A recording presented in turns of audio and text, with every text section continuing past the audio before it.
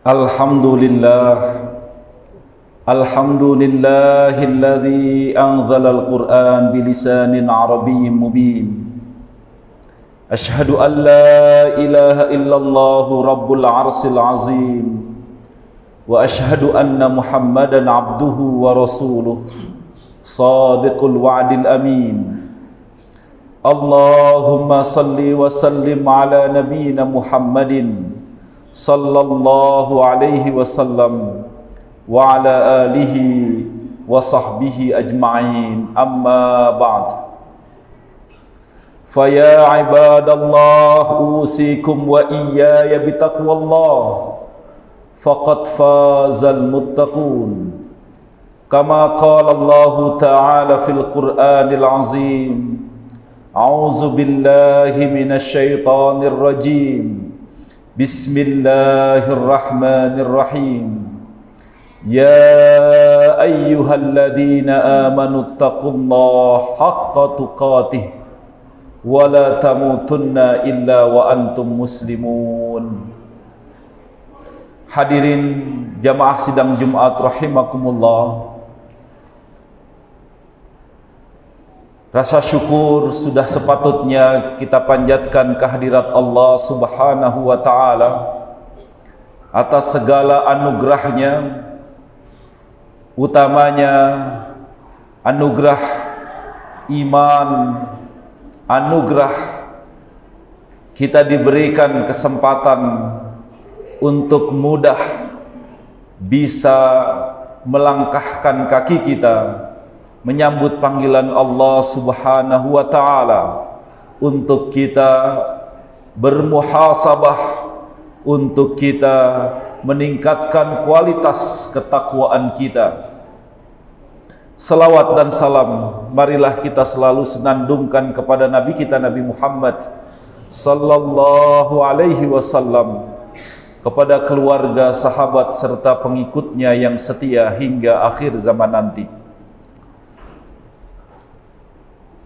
Kami selaku khatib tentunya mengingatkan kepada diri kami dan juga tentunya kepada seluruh hadirin jamaah sidang Jumat rahimakumullah, untuk kita bersama meningkatkan kualitas ketakwaan kita kepadanya.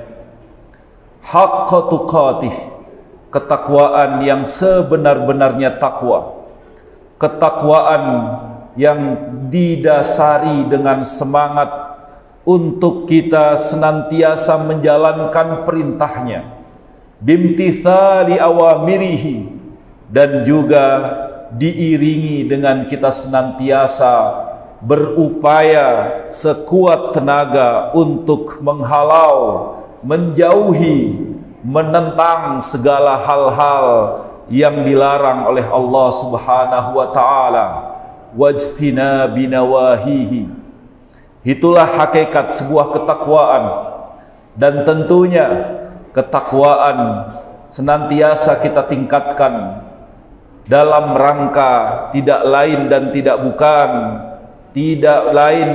bukan dalam rangka untuk mendapatkan ridho dan kasih sayang kita dari Allah Subhanahu wa ta'ala. Hadirin jamaah sidang Jumat rahimakumullah,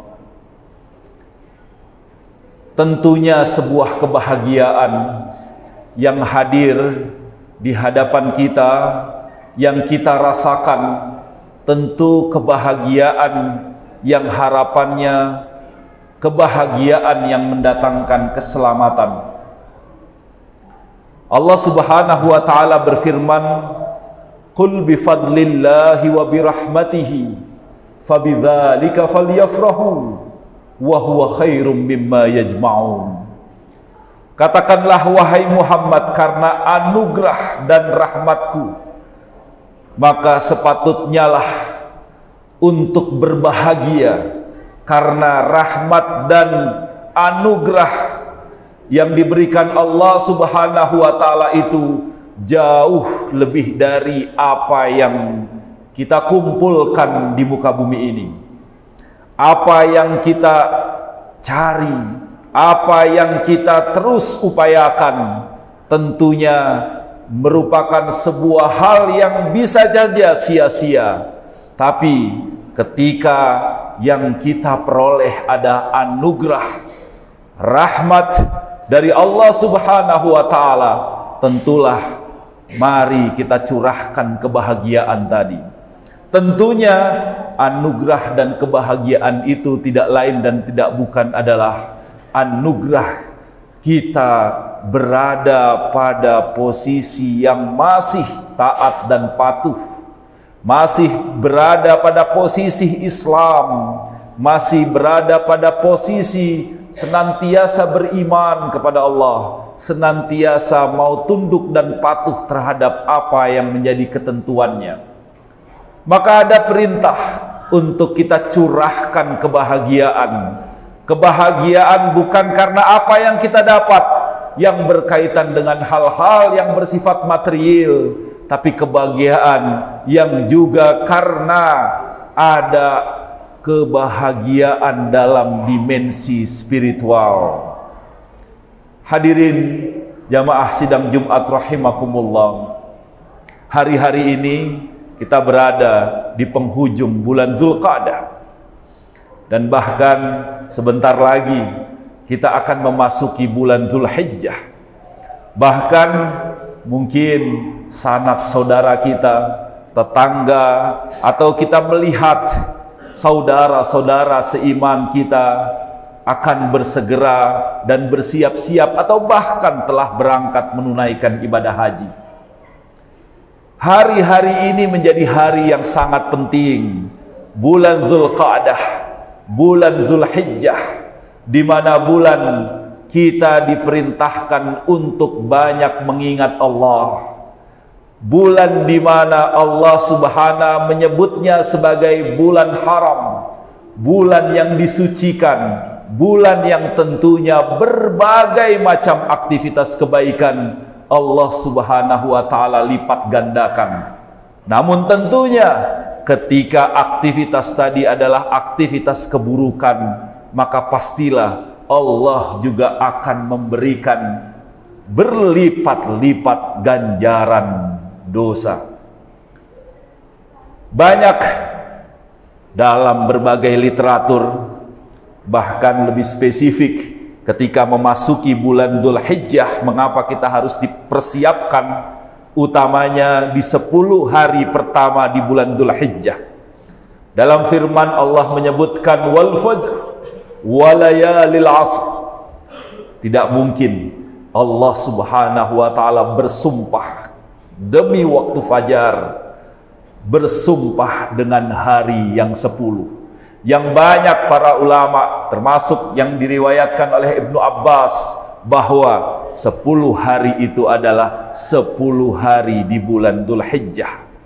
10 hari itu adalah 10 hari yang penting, yang harapannya setiap kita yang mengaku beriman untuk benar-benar memastikan bahwa apa yang akan kita tuju adalah sebuah hari yang istimewa, di mana Allah Subhanahu wa Ta'ala bersumpah terhadapnya. Maka pastilah ini sesuatu yang agung, ini sesuatu yang besar, ini sesuatu yang harus benar-benar kita persiapkan. Dalam hadis yang diriwayatkan oleh Imam Ahmad dari Ibnu Umar radhiyallahu anhu qala, Rasul sallallahu alaihi wasallam bersabda, "Ma min ayyamin a'dhamu indallah wa ma ahabbu ilaihi minal amali fihinna min hadhil ayyamil asr." Tidak ada sebuah aktivitas terbaik, aktivitas yang dicintai dari amal soleh, utamanya pada hari-hari yang nantinya kita akan tuju di 10 hari bulan Dzulhijjah. Apa itu? Minat tahlil wat takbir wat tahmid. Maka ada perintah Rasul sallallahu alaihi wasallam, fa'akthiru fihinna minat tahlil. Maka perbanyaklah oleh kalian untuk bertahlil, mengucapkan la ilaha illallah, bertahmid dan bertakbir, Allahu Akbar walhamdulillah. Maka inilah yang harus benar-benar terpatri dalam diri di bulan dan bulan penting yang disebut dengan bulan haram, di penghujung bulan Dzulqa'dah, nantinya di awal bulan Dzulhijjah. Maka kita harus pastikan bagaimana kita mengekspresikan sebagai sosok seorang mukmin yang sejati, yaitu sosok yang merespon fa'akthiru minat tahlil. Kita memperbanyak tahlil la ilaha illallah. Ingat, Imam Al-Ghazali dalam bukunya menyebutkan ungkapan la ilaha illallah terdiri dari 2 kulit dan 1 intinya. 2 kulit itu, kulit yang pertama adalah dia bertahlil, mengucapkan la ilaha illallah, tapi hanya dengan lisannya saja. Dia mengucapkan la ilaha illallah, tapi tidak terekspresi dalam segala bentuk aktivitas kehidupannya. Mengucapkan la ilaha illallah hanya sekedar pengikraran untuk penolakan terhadap tadlis, penolakan terhadap bahwa tidak ada Tuhan, penolakan bahwa ada Tuhan selain Allah.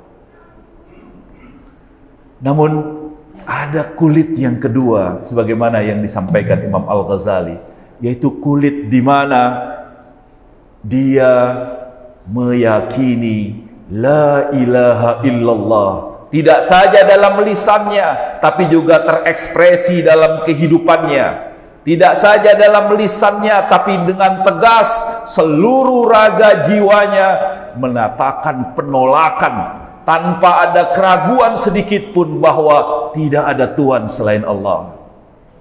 Tapi yang kadangkala yang dilupa ada min lubbut tauhid, lubbut tahlil, inti dan esensi dari kalimat tahlil la ilaha illallah adalah sebuah keyakinan dalam diri, sebuah pengikraran dalam diri bahwa semua yang ada di muka bumi ini adalah dari Allah, dan semua yang kita lakukan tidak lain dan tidak bukan hanya dan karena Allah Subhanahu wa taala. Itulah yang kata dalam Imam Ghazali menyebut lubbut tauhid, lubbu kalimatut tauhid, kalimatut tahlil. Dia menyadari dalam diri bahwa dia nantinya akan dipintai pertanggungjawaban karena semua yang dia alami dari Allah, maka semuanya pasti akan dipintai pertanggungjawaban di hadapan Allah Subhanahu wa taala. Kesadaran semuanya milik Allah, semuanya dari Allah, dan semuanya akan dikembalikan kepada Allah adalah kesadaran hakikat la ilaha illallah yang sebenarnya sebagaimana diungkapkan Imam Al-Ghazali. Maka pribadi seorang mukmin adalah pribadi yang sadar bahwa kebahagiaan tidak hanya sekedar yang ada dan yang kita rasakan di dunia ini, tapi kebahagiaan di mana nantinya kita dipintai pertanggungjawaban. Itulah kenapa dalam surat Maryam disebutkan Allah Subhanahu wa taala merespon dan memberikan jaminan dalam kasus ini adalah kepada Yahya alaihi salam. Apa ungkapannya? Salamun alaihi yauma wulida wa yauma yamut wa yauma yub'atsu hayya. Kebahagiaan yang mendatangkan keselamatan adalah tidak hanya kebahagiaan dan keselamatan yauma wulida, tapi juga yauma yamut wa yauma yub'atsu hayya. Ada 3 dimensi penting yang harus benar-benar kita pastikan. Kebahagiaan yang mendatangkan keselamatan adalah kebahagiaan yang tidak saja kita rasakan di dunia, tapi kebahagiaan yang benar-benar memastikan kita benar-benar selamat dan bahagia ketika kita mati, bahkan ketika kita nanti dibangkitkan oleh Allah Subhanahu wa taala. Kesadaran bahwa kita akan dipintai pertanggungjawaban adalah kesadaran bahwa kita benar-benar ingin dan mengharapkan keselamatan dari Allah Subhanahu wa Ta'ala. Keselamatan yang memang benar-benar dimensinya tidak saja dimensi duniawi, tapi dimensinya adalah dimensi ukhrawi, dimensi yamut wa yub'atsu hayya.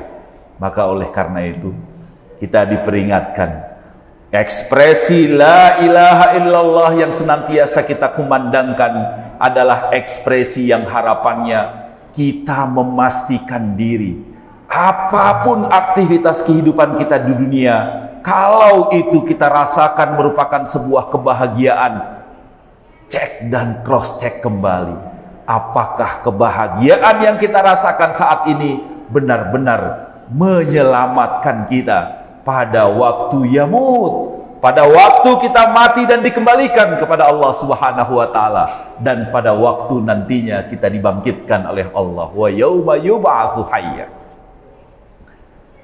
Maka dimensi tahlil dalam dimensi yang sebenarnya bisa harus benar-benar yang harapannya harapannya adalah inti dari tahlil wa tahmid.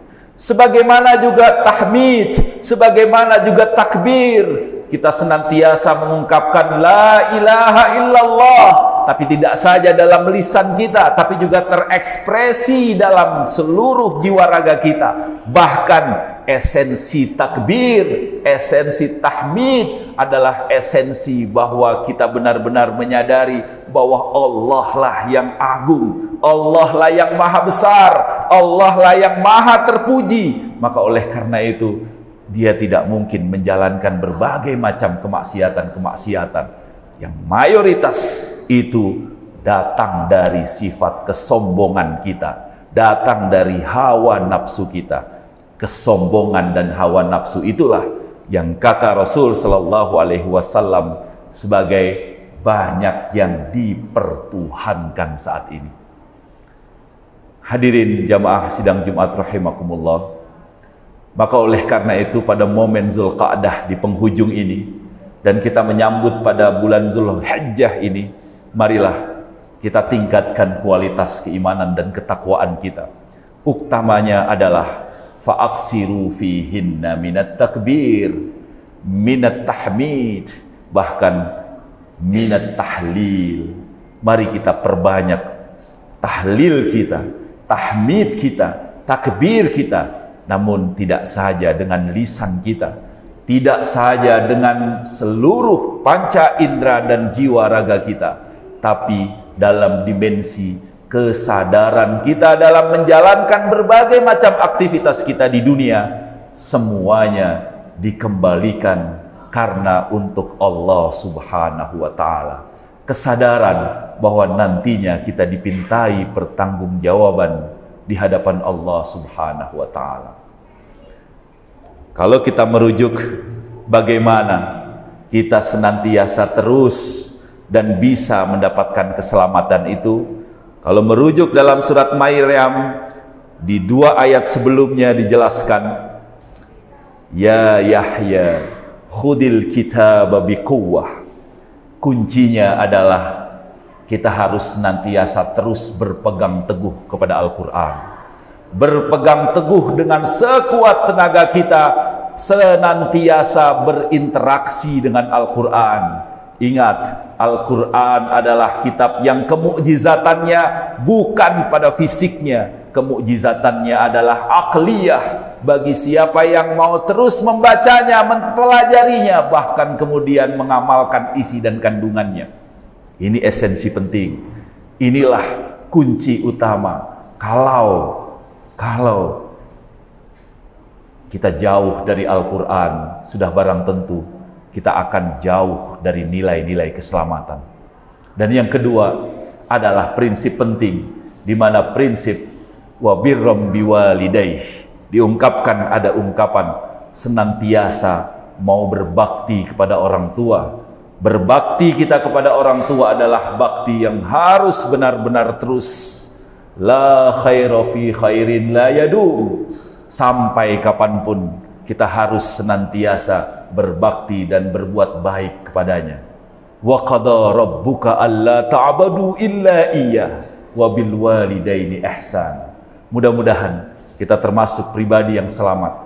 Jadikan momentum Dzulqa'dah ini dan Dzulhijjah ini menjadi momentum meningkatkan kualitas keimanan kita. Barakallahu li wa lakum fil Qur'anil azim wa nafa'ani wa iyyakum bima fihi minal ayati wa dzikril hakim. Aqulu qawli hadza wastaghfiruhu innahu huwal ghafurur rahim.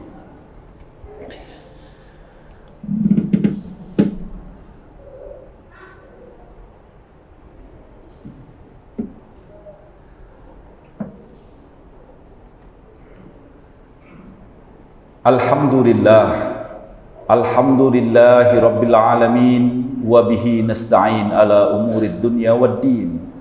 Wassalatu wassalamu ala nabiyyina Muhammadin sallallahu alaihi wasallam wa ala alihi wa sahbihi ajma'in, amma ba'd. Faya ibadallah usikum wa iyaya bitaqwallah faqad fazal muttaqun kama qala Allah ta'ala fil Qur'anil azim. A'udzu billahi minasyaitonir rajim. Bismillahirrahmanirrahim. Ya ayyuhalladzina amanu taqullaha wal tanzur nafsum ma qaddamat lighad wattaqullaha innallaha khabirum bima ta'malun. Hadirin jamaah sidang Jumat rahimakumullah. Pada khutbah kedua ini, marilah kita senantiasa kembali kami selaku khatib untuk mengingatkan, berkali-kali mengingatkan untuk kita berupaya meningkatkan kualitas ketakwaan kita kepadanya. Ketakwaan yang tentunya didasari dengan semangat, tidak hanya sekedar takut terhadap siksanya, tapi ketakwaan yang didasari dengan semangat cinta kasih kita kepada Allah Subhanahu wa Ta'ala. Begitu banyak anugerah yang Allah Subhanahu wa Ta'ala berikan dan curahkan kepada kita. Maka tentunya sebagai sosok seorang manusia yang mengaku berislam, beriman, maka tentulah dia senantiasa mau menjalankan peran dan misinya untuk sebagai Abdullah, tunduk patuh kepadanya. Selain dia juga berupaya untuk menunaikan tugas-tugas dalam rangka untuk memakmurkan muka bumi ini, Khalifatullah. Kita bisa belajar hari-hari ini bagaimana jamaah haji sedang dan akan berangkat ke Tanah Suci. Ada satu singkatan menarik diambil dari kata haji dan mengingatkan bagi kita yang mungkin tidak menunaikannya. Ada spirit penting dari kata-kata haji yang disebutkan ha bimakna himmah. Himmah, marilah kita terus upayakan cita-cita kita, keinginan kuat kita. Tentu keinginan terbaik kita dan himmah terbaik kita adalah selamat dunia dan akhirat. Maka oleh karena itu disebutkan A itu adalah azam. Marilah tekadkan diri kita untuk kita bisa benar-benar bisa selamat. Tekad, berazam untuk menguatkan kualitas ketakwaan kita, meningkatkan kualitas keimanan kita. Tapi disebutkan harus jihad katanya. Pasti ada cobaannya, pasti ada rintangannya, pasti diuji Pak.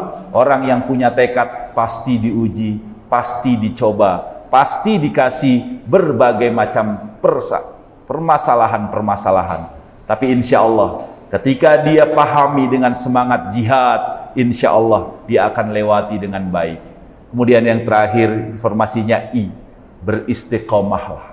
Insya Allah kalau kita punya cita-cita dan himmah selamat dunia akhirat, maka berazamlah, tingkatkan kualitas keimanan dan ketakwaan kita. Berjihad untuk melawan berbagai macam hal-hal yang tentunya perlawanan itu tidak lain dan tidak bukan juga tentu kita libatkan Allah Subhanahu wa Ta'ala. Oleh karena itu, senantiasa istiqomah dan jadi bagian keistiqomahan itu, marilah kita panjatkan doa kita kepada Allah Subhanahu wa Ta'ala.